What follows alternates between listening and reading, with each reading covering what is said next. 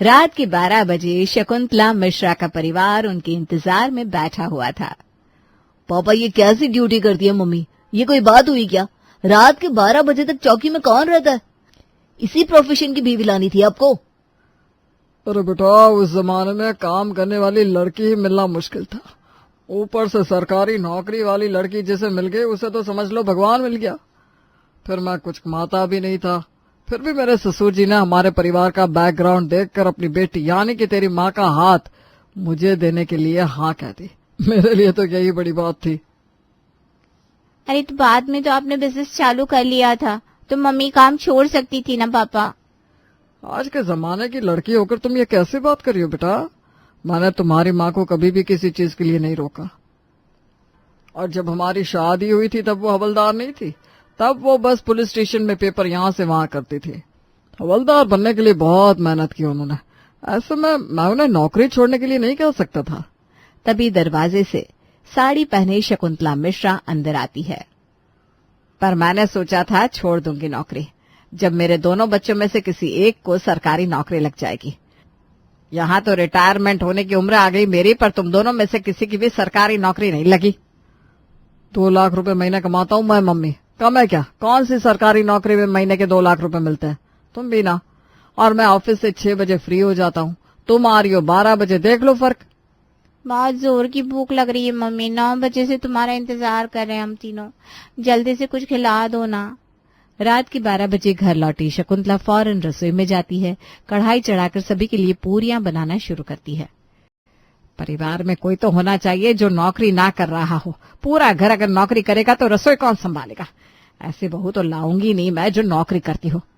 सभी के लिए पूरियों के साथ अचार लेकर शकुंतला डाइनिंग टेबल पर आती है। ये क्या मम्मी, अचार और पूरी? कम से कम सब्जी तो बनाती, 3 घंटे से इंतजार कर रहे थे तुम्हारे आने का हम। अरे तो इन 3 घंटों में तुम खुद के लिए सब्जी तो बना ही सकती थी बेटा। माँ रात को 12 बजे लौटे या 2 बजे, खाना तो माँ ही बनाएगी, ये कौन सी बात हुई? मम्मी आप नाराज क्यों हो रही हो? ये तो कुछ भी बकवास करती है। खाना मिल गया ना, शांति से खा ले सोनिया। अब टेंशन ना ले शकुंतला जी, अब जल्दी ही घर में बहू आ जाएगी, फिर आपको दौड़ते भागते घर आकर खाना बनाने की टेंशन नहीं रहेगी। बिल्कुल जी, और मैंने तो पहले ही सोच लिया है, मैं नौकरी वाली बहू नहीं लाऊंगी। ऐसा नहीं होता मम्मी, लड़की तो अपने हिसाब से रहेगी। काम करना होगा तो करेगी, नहीं करना होगा तो नहीं करेगी। ऐसे हम किसी पर पाबंदी नहीं लगा सकते। अरे भैया तुम समझे नहीं, हम उस लड़की को तुम्हारी बीवी बनाकर लाएंगे जो नौकरी करने में इंटरेस्टेड ही ना हो। बाकी वो घर से कोई काम करना चाहेगी तो हमें कोई प्रॉब्लम नहीं है। तुम बिंदास लड़की देखना शुरू कर दो मम्मी, वैसे भी भैया की लाइफ में कोई नहीं है। अगली सुबह 5 बजे उठकर शकुंतला नाश्ता बनाकर अपना टिफिन पैक करने लगती है। 7 बजे मिश्रा जी अपने कमरे से बाहर आते हैं और शकुंतला को तैयार देखकर हैरान हो जाते हैं। अब रात को काम करने के बाद 2:30 बजे सोई थी और अभी तैयार भी हो गई।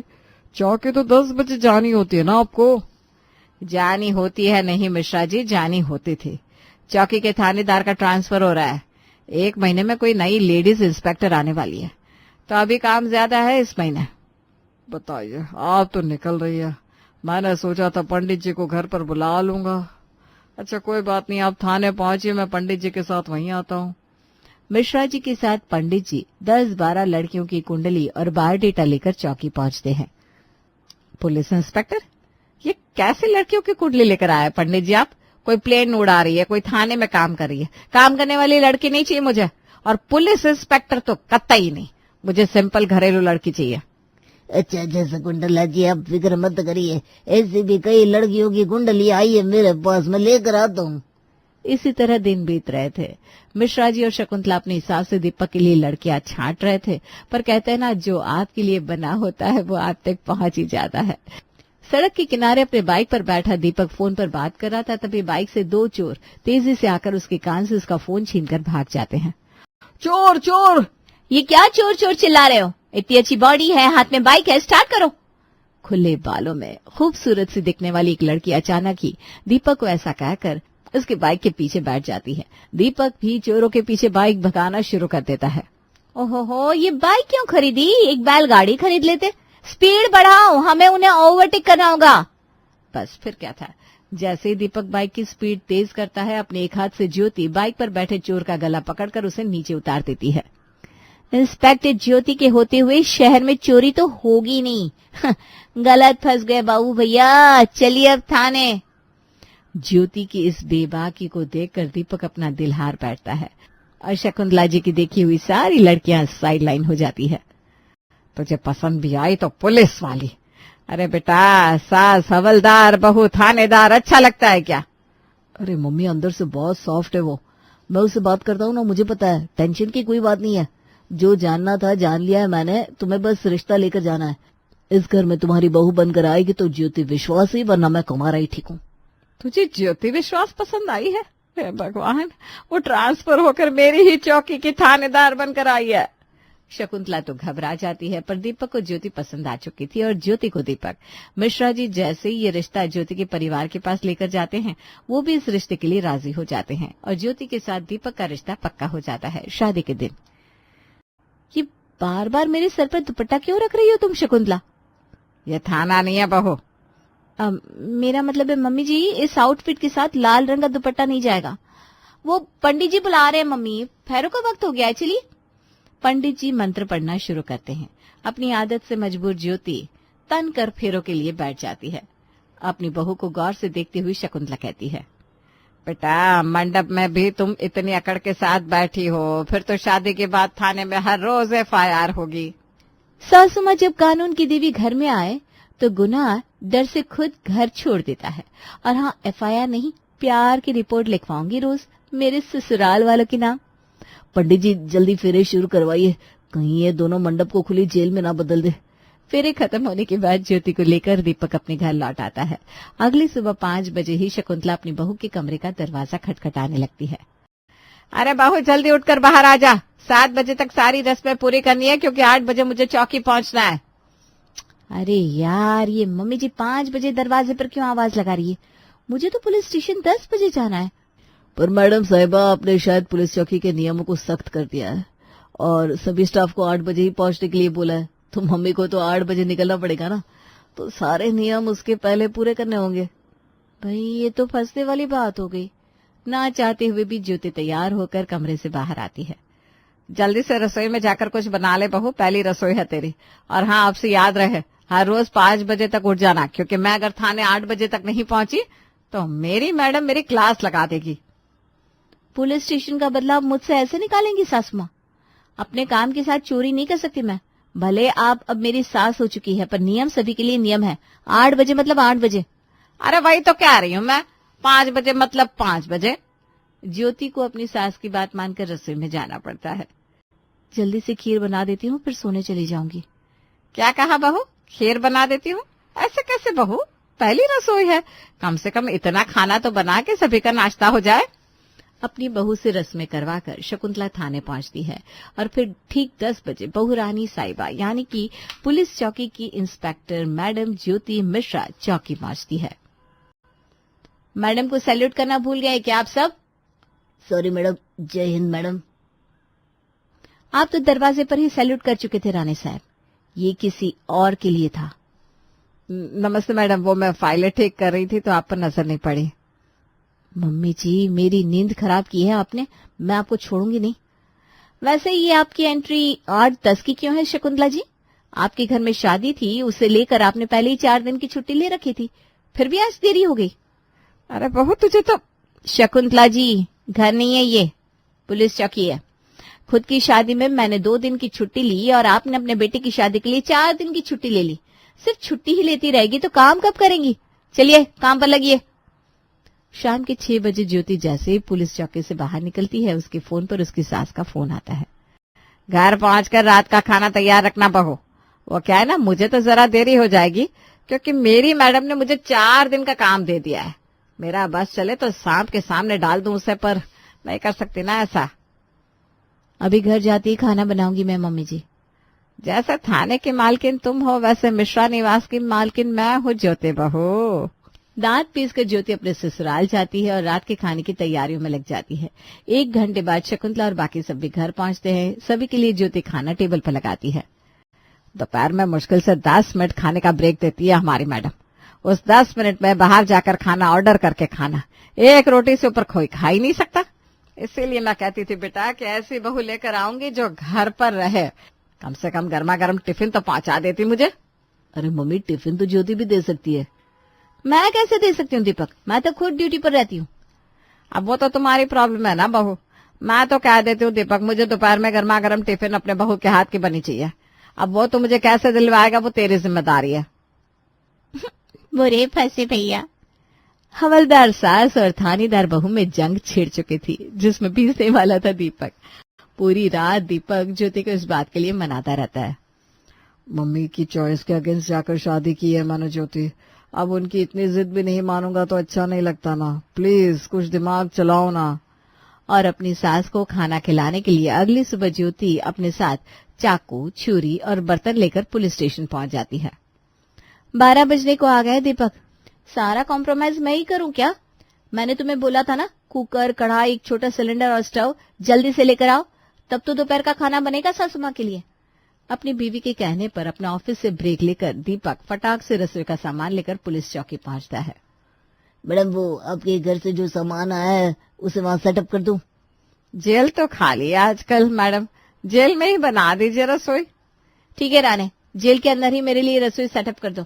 और हाँ दीपक, तुम यहीं रुक जाओ, खाना बन जाएगा तो खाकर ही जाना। और आज दोपहर का खाना दीपक अपनी माँ और बेबी के साथ पुलिस स्टेशन में ही एंजॉय करता है। मेरी मेहनत बढ़ाई है ना सासू माँ ने, मैं भी पूरा बदला लूंगी। शाम के 6 बजे ऑफिस से निकलते वक्त ज्योति अपनी सास को 4 गुना ज्यादा काम देकर घर लौटती है। रात के 9 बज गए, अभी भी काम बाकी है, कोई फायदा नहीं हुआ बहू लाने का। पर शकुंतला, अगर तुम्हारा बेटा अपनी बीवी के लिए पुलिस स्टेशन में सिलेंडर और बर्तन ला सकता है तो तुम्हारे लिए घर का बना हुआ खाना तो ला ही सकता है। बिल्कुल सही कहा राणे जी। और अगर मैडम जेल में रसोई बना सकती है तो मैं अपने परिवार के साथ डिनर क्यों नहीं कर सकती। शकुंतला लगाती है अपने बेटे को कॉल। अच्छा, बहू ने आते ही खाना खा लिया था? कोई बात नहीं, तुमने तो नहीं खाया होगा, और सोनिया भी तो मेरी भूखी होगी। और तुम्हारे पापा?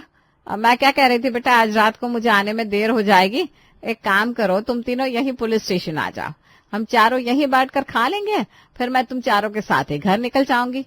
वो जेल वाला रेस्टोरेंट भी तो होता है ना तो असली जेल में डिनर क्यों नहीं हो सकता बताओ। अरे वाह मम्मी, क्या आइडिया है। अच्छा मम्मी, ये एक्सपीरियंस तो मैं इंस्टाग्राम पर भी शेयर करूंगा। और अपनी बीवी को घर पर अकेला छोड़कर दीपक अपनी बहन और पापा के साथ पुलिस स्टेशन पहुंचता है, जहां जेल में लगती है 4 कुर्सी, टेबल और डब्बा खुल जाता है। अपने परिवार के साथ फैमिली फोटो लेकर शकुंतला व्हाट्सएप पर स्टोरी पोस्ट करती है। 5 बार बैल बजा दे, कोई नहीं है लगता है। तभी लीला उठकर दरवाजा खोलती है।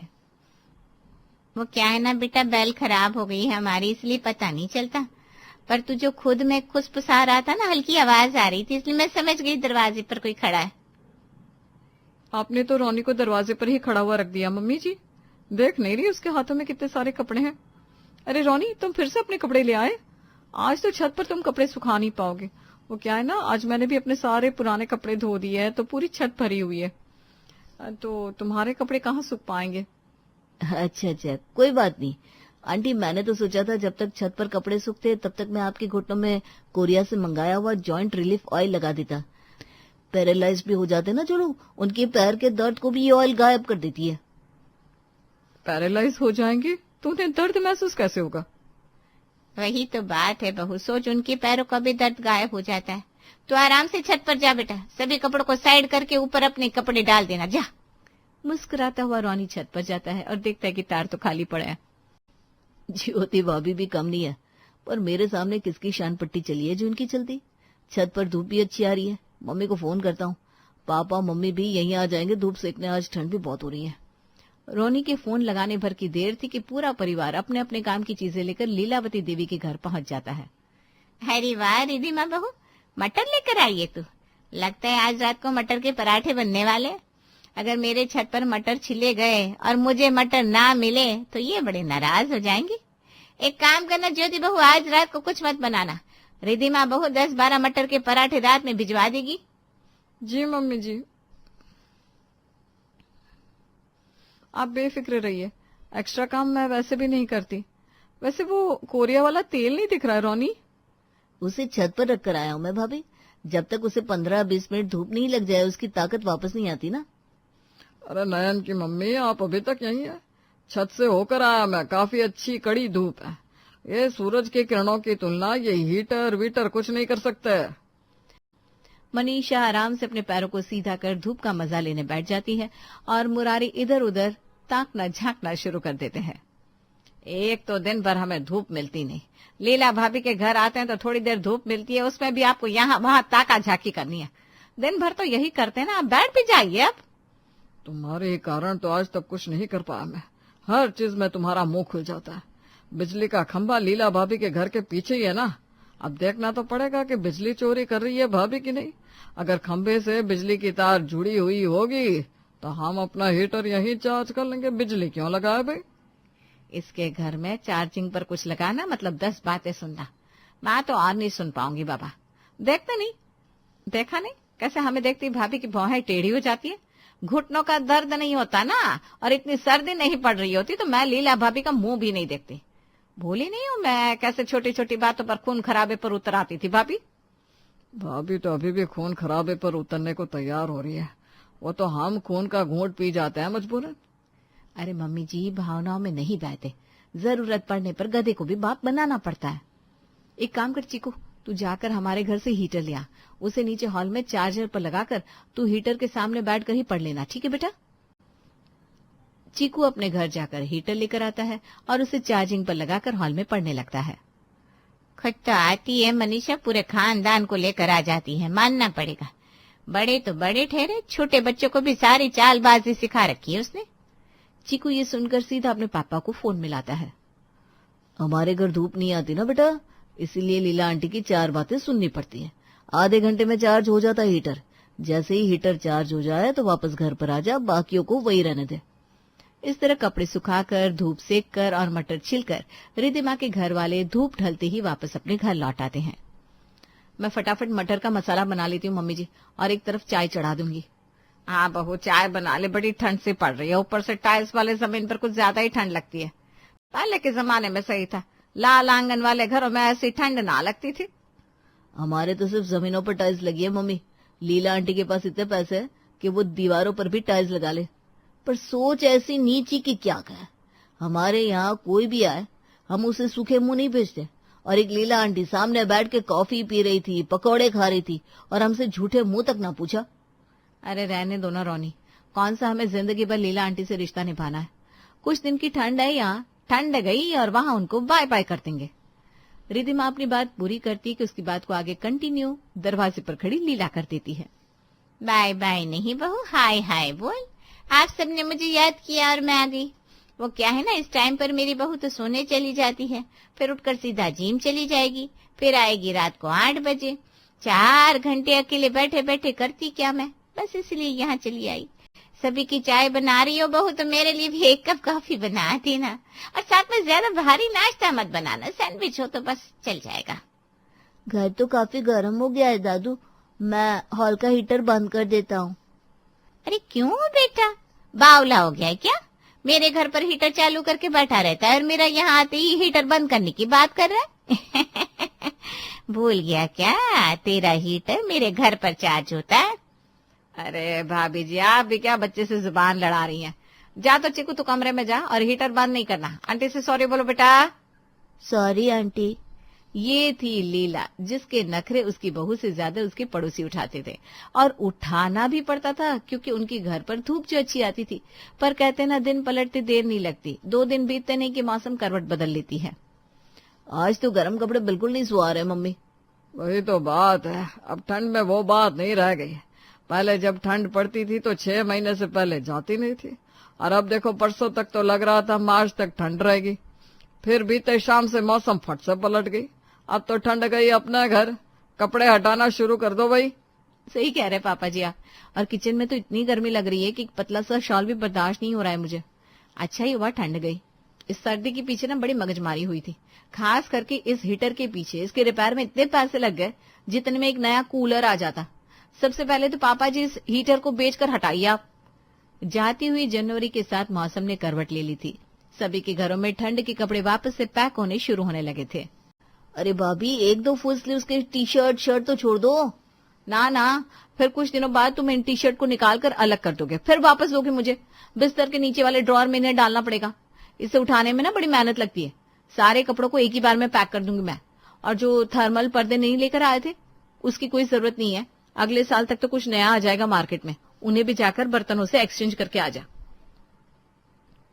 तो हीटर को भी ले ही जाता हूँ भाभी, साथ में हीटर भी दे दूंगा, बदले में कोई अच्छी साड़ी आ जाएगी आपके लिए। रोनी एक हाथ में हीटर और दूसरे में थर्मल पर्दे लेकर अपने बाइक पर बैठ रहा था कि अपनी आदत से मजबूर लीला उसे टोक देती है। अरे कहाँ जल्दी सुबह सुबह सवारी, इतने बड़े बड़े थैलों में क्या लेकर जा रहे हो बेटा? लगता है कोई आने वाला है, उसी की तैयारी हो रही है क्या? आने वालों के लिए तो हम हमेशा की तैयारी रखते हैं आंटी जी। अब अपने कंजूस पड़ोसियों जैसे तो हम है नहीं। और आपको नहीं पता, कोई कहीं जा रहा हो तो उसे टोकना नहीं चाहिए। ये कहकर रोनी बाइक का धुआं उड़ाता हुआ आगे निकल जाता है। सभी उन्हीं कपड़ों को धोकर रिधिमा छत पर सुखा रही होती है कि अपने छत पर खड़ी ज्योति उसे टॉन्ट मारते हुए कहती है, आहा, क्या फ्रेश हवा आ रही है छत पर। बड़े दिनों बाद आज जाकर सुकून से वॉक कर पा रही हूँ। नहीं तो जब देखो कभी कोई आकर घर पर बैठा रहता है। बैठने वाला सिर्फ बैठ कर नहीं जाता था, रात का खाना आपके घर पर पहुंचा देता था। शायद तुम भूल गई हो ज्योति। और वैसे जब तुम्हारे रिश्तेदार 800 किलोमीटर दूर से आ सकते हैं, तो हम तो 8 कदम की दूरी पर रहने वाले वो पड़ोसी हैं जिसे हर छोटी बड़ी बात पर अंकल जी फोन घुमा दिया करते थे। बढ़िया, ये पड़ोसी धर्म के बारे में पता नहीं है, बस हवा में बातें करनी है मैडम जी आपको। मुझे बातें सुनाई आपने, अब आकर दिखाइए हमारे छत पर, मैं भी देखती हूँ मम्मी जी आपको अंदर कैसे लेती है। अरे वो तो लीला आंटी से हमारे पुराने संबंध है, वरना वैसे गंदे घर में तो हम भूल कर भी ना जाए। जिसकी जुबान पर धूल मिट्टी जमी पड़ी हो वो घर की सफाई क्या ही करेगी। दोपहर तो निकल जाता है। रिधिमा काम कर रही होती है कि उसी का आवाज सुनाई देती है, पुराना पंखा, पुराना एसी, पुराना कूलर दे जाओ वाजिब हम पर, जल्दी आओ, हमारी गाड़ी जाने वाली है। अरे मैं जाने नहीं दूंगी। रिधिमा भागती हुई हॉल में आती है और अपनी सास को कबाड़ी वाले को रोकने को कहती है। अरे वो तो ठीक है, पर कूलर पंखे क्यों बेचना है? अरे वो मैं बाद में बताती हूँ आपको, आप बाहर जाकर जल्दी से कबाड़ी वाले को रोकिए ना, मैं 2 मिनट में आई। अरे बेकार में हड़बड़ा रही है तू, एक ही लाइन रिकॉर्ड कर रखी है उसने, दिन भर बजाता रहता है, बस बोल देता है गाड़ी जा रही है। शाम 7 बजे तक तो यही मरता रहता है। थर्मस, ब्लोअर और एक पुराना गीजर लेकर सास बहू गाड़ी वाले के पास पहुंच जाती है। 1200 रुपये, ये तो अच्छा सौदा कर लिया हमने mummy. I am so happy. अरे किस बात की हैप्पी भाई, हमें भी बताओ। वो क्या है ना मनीषा, मेरी बहू अभी सोने जाती है, फिर उठकर जाएगी जिम, फिर लौटेगी सीधा 8 बजे, तो 4 घंटे में अकेली क्या करती है, इसलिए यहाँ आ गई।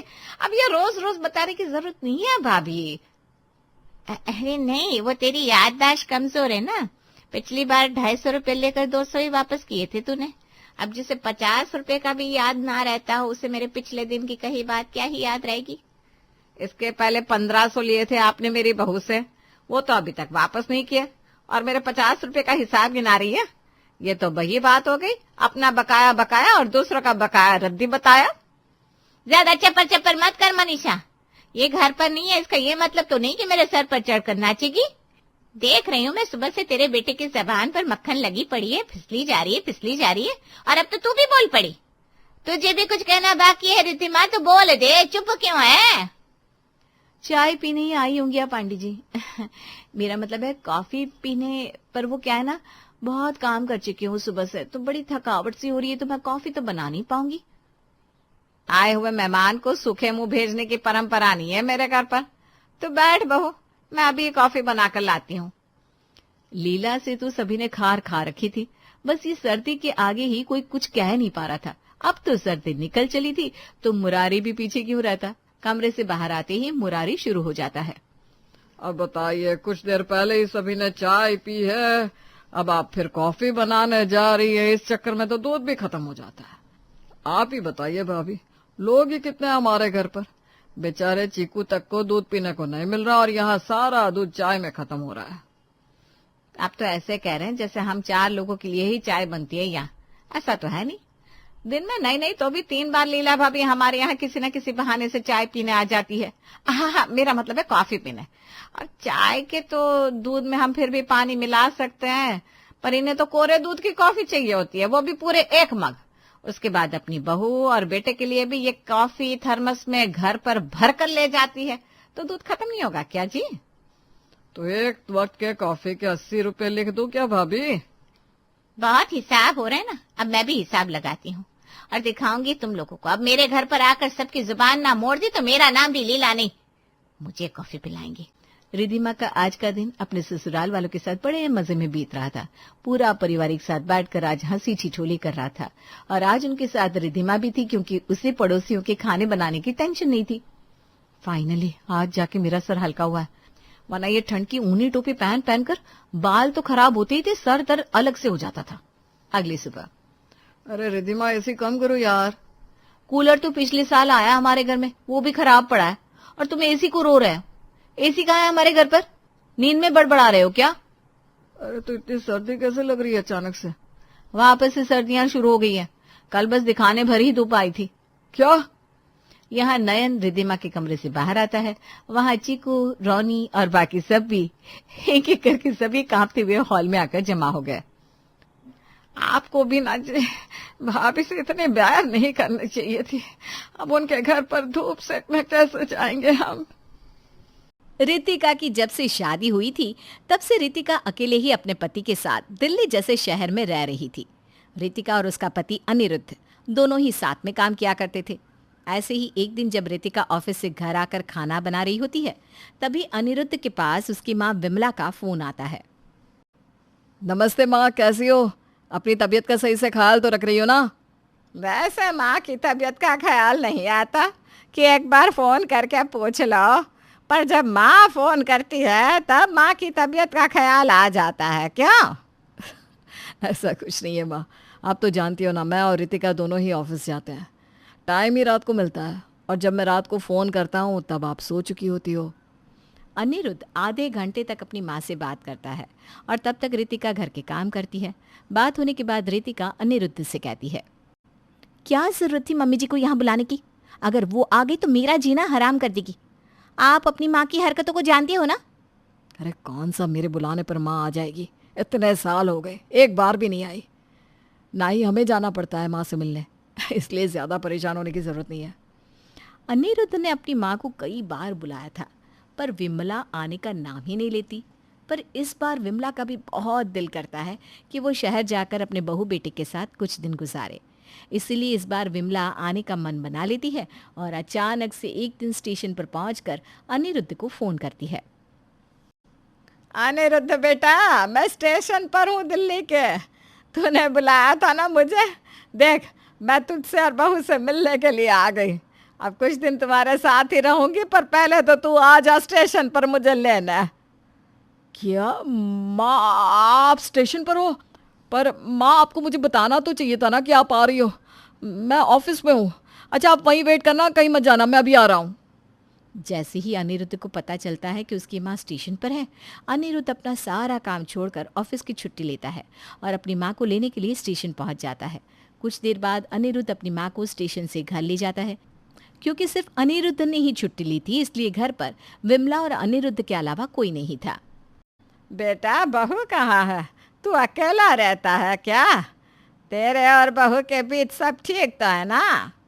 हाँ माँ, सब ठीक है। और मैंने आपको बताया था ना, मैं और रितिका दोनों काम करते हैं। हम दोनों ही ऑफिस में थे, पर आपका फ़ोन आते ही मुझे ऑफिस से छुट्टी लेनी पड़ी। अच्छा, इसका मतलब बहू ऑफिस में है।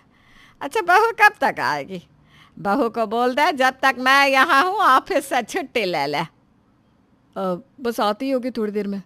वैसे रितिका को पता नहीं है कि आप आ गई हैं।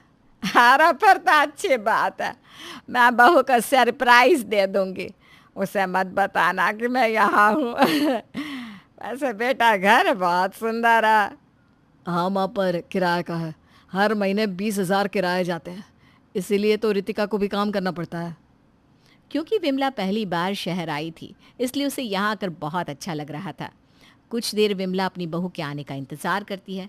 रात को जब रितिका आती है तो अपनी बहू के कपड़े देखकर उसकी आंखें फटी की फटी रह जाती है और वो अपनी बहू से कहती है, बहू ये क्या पहना है तूने? जा जाकर कपड़े बदल ले।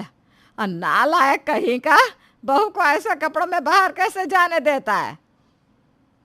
वो माँ आज ऑफिस में मीटिंग थी ना, इसलिए रितिका ने ये फॉर्मल कपड़े पहना है। क्यों है ना रितिका? हाँ मम्मी जी, अनिरुद्ध जी सही बोल रहे हैं। अच्छा रितिका, जाओ जाकर साड़ी पहन लो। और माँ कुछ दिनों के लिए हमारे साथ ही रहेंगी। वो तुम्हें सरप्राइज देना चाहती थी, इसलिए तुम्हें कुछ बताया नहीं। जाओ जाकर कपड़े बदल लो और माँ के लिए खाना बना दो। माँ ने सुबह से कुछ नहीं खाया। हाँ बहू, बहुत दिन हो गए तेरे हाथों का कुछ नहीं खाया। अपनी सास को देखकर रितिका को बहुत गुस्सा आता है, पर वो चाह कर भी कुछ नहीं कहती। अब इसी तरह से सब खाना खाकर सोने के लिए चले जाते हैं, पर सोने से पहले विमला रितिका को आवाज लगाती है। रितिका बहू, अरे ओ रितिका बहू, सो गई क्या? रितिका जाओ, माँ आवाज दे रही, उन्हें कुछ काम है शायद तुमसे। मैं कहीं नहीं जा रही, तुम जाकर कह दो मम्मी जी से कि मैं सो गई हूँ। पर पहले तुम मुझे ये बताओ कि मम्मी जी यहाँ आ गए और तुमने मुझे बताया क्यों नहीं? अरे मुझे खुद पता नहीं था कि माँ आने वाली है। वो तो अचानक से माँ ने मुझे फ़ोन किया और कहने लगी कि स्टेशन पर है। मुझे कुछ समझ में ही नहीं आया, इसलिए मुझे छुट्टी लेकर माँ को लेने के लिए जाना पड़ा। मैंने सोचा तुम्हें बता दूँ, पर माँ ने मुझे ऐसा करने से रोक दिया। आखिर अपनी बहू से इतना प्यार जो है, माँ तो अपनी बहू को सरप्राइज़ देना चाहती थी। अरे बहू कहाँ रह गई?